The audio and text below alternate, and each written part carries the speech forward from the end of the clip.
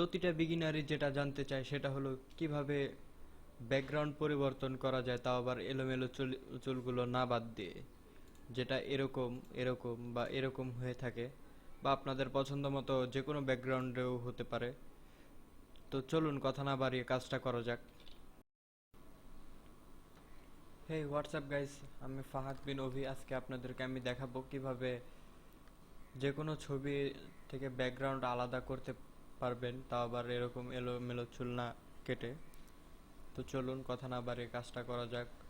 প্রথমে যেটি করতে হবে, তার আগে কাজ শুরু করার আগে আমি আরেকটা কথা বলে নিতে চাই।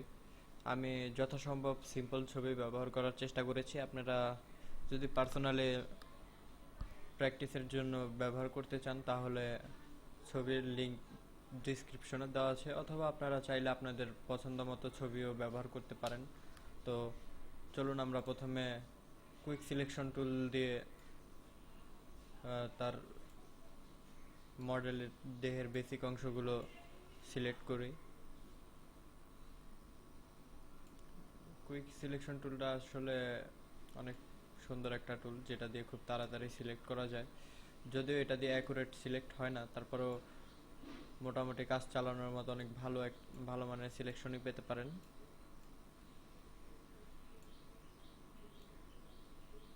তো আপনাদের সুবিধার্থে আমি একটু জুম করি।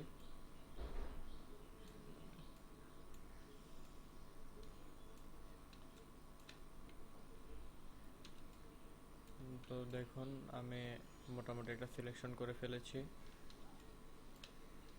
এবার যেসব স্থান থেকে আপনি সিলেকশন বাদ দিতে চান সেসব স্থানে কিবোর্ডের অল্টার কি চেপে সিলেক্ট করুন। দেখুন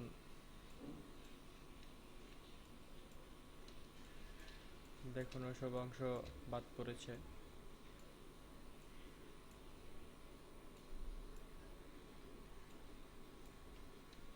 তো এটা মোটামুটি আমার মডেলের সিলেকশনের কাজ হয়ে গেছে।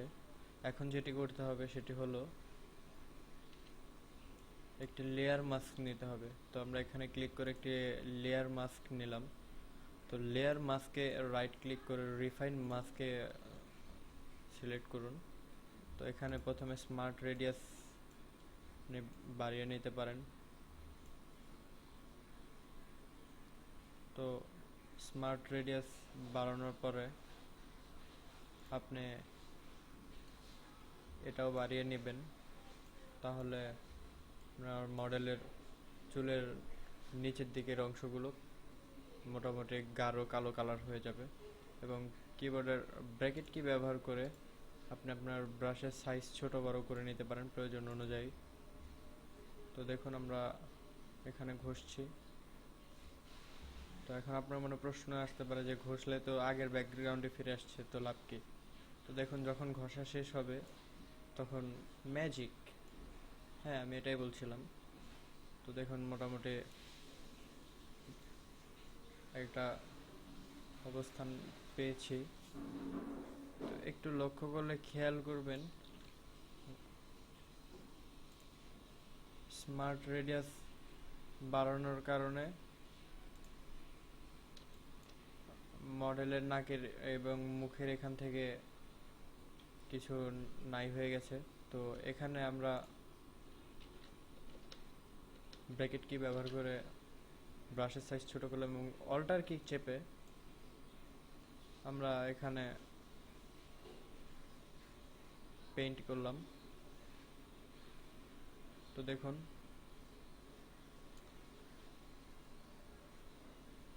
হ্যাঁ এবার মোটামুটি অরিজিনাল একটা লুক ফিরে এসেছে।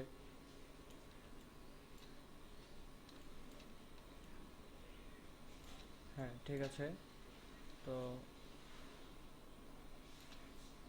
আমরা এটা একটু বাড়িয়ে দিই, তাহলে বিষয়টা একটু রিয়েলিস্টিক লাগবে। এবং এখানে এবং এখানে একটু ঘষে দিলাম। তো হ্যাঁ আমাদের কাজ হয়ে গেছে। তো দেখুন আমরা ওকে দিলাম, মোটামুটি কাজ হয়ে গেছে। তো এখন আমরা ব্যাকগ্রাউন্ড থেকে এটাকে আলাদা করার কাজ কিন্তু এখনও পুরোপুরি কমপ্লিট হয়নি। তো এটাকে কমপ্লিট করার জন্য এখানে আরেকবার রাইট ক্লিক করুন এবং অ্যাপ্লাই লেয়ার মাস্ক ক্লিক করুন। তো দেখুন এখন এটি ব্যাকগ্রাউন্ড ছাড়া আলাদা একটি লেয়ার হয়ে গেছে। তো আপনারা এখন চাইলে এখানে যে কোনো ব্যাকগ্রাউন্ড দিতে পারেন।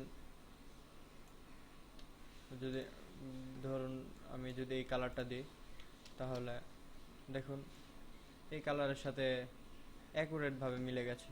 আপনি চাইলে আপনার পছন্দ মতো যে কোনো সিনারিও দিতে পারেন